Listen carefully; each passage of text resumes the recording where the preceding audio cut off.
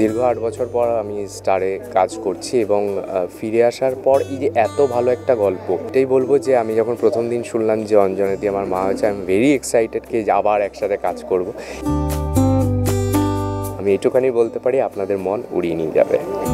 নমস্কার, আর্টিস্ট টিভিতে আপনাদের সকলকে স্বাগত। আমি পূর্বাশা রয়েছি। এই মুহূর্তে আমি রয়েছি স্টার জলসার আসন্ন ধারাবাহিক উড়ানের সেটে, আর আমার সঙ্গে রয়েছেন আপনাদের সকলের ভীষণ পছন্দের অভিনেতা ধ্রুব সরকার। ধ্রুবদা, স্বাগত আর্টিস্ট টিভিতে। নমস্কার। অনেক দিন পর স্টারে ফিরলে তুমি, বলা চলে ঘরে ফেরার মতো কি অনুভূতি? নট দ্যাট, আমি যেহেতু একজন অভিনেতা তো সব জায়গায় কাজ করব, কিন্তু এটাই ভালো লাগছে যে দীর্ঘ ৮ বছর পর আমি স্টারে কাজ করছি এবং ফিরে আসার পর এই যে এত ভালো একটা গল্প এবং এত ভালো কো আর্টিস্ট এবং এত ভালো ডিরেক্টর, এটা তো বলবো আমার লাক হয়তো ভালো, সেই কারণে আমি করছি কাজটা। তো আমার বেশ ভালো লাগে কাজটা করে। একদম অনেক দিন পর ফিরছো, অনেক দিন পর অঞ্জনাদির সঙ্গে কাজ, সেটাও তো একটা আলাদা রকম অনুভূতি। মানে আফটার আমরা বধূবরণে অনেক দিন কাজ করেছি একসাথে এবং ওরকম একটি হিট সিরিয়াল ছিল।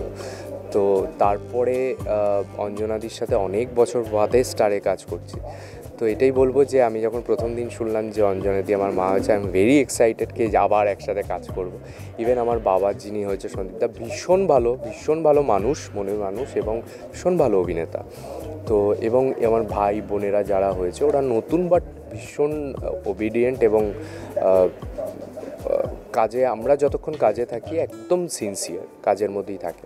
তো এটাই বলবো যে খুব ভালো একটা গল্প এবং অনেক দিন বাদে একসাথে সবাই কাজ করছি, তো খুবই ভালো লাগছে। রিইউনিয়নের মতো ব্যাপার হচ্ছে, একটা হালকা আছে রিইউনিয়নের মতো, বাট বেশ মজা পাচ্ছি কাজটা করে। হ্যাঁ, আর একটা জিনিস, তোমাকে দেখলেই অনেকের একটা ধারণা হয় যে নেগেটিভ ক্যারেক্টার, এখানে তোমাকে কিভাবে দেখা যাবে? নেগেটিভ না পজিটিভ না গ্রে শেড? হ্যাঁ, নেগেটিভ পজিটিভ না গ্রে শেড, সেটা তো আপনারা দেখলে বুঝতে পারবেন, বাট একটু ডিফারেন্ট চরিত্র এবং একটা ফ্যামিলিতে যেরকম ভাই বোনদের মধ্যে সম্পর্ক হয়, হাসাহাসি হয়, মারামারি হয়, ভালোবাসা হয়, তো একদম সেম, মানে মানুষের মনের মধ্যে একদম পৌঁছে যেতে পারবে আশা করি।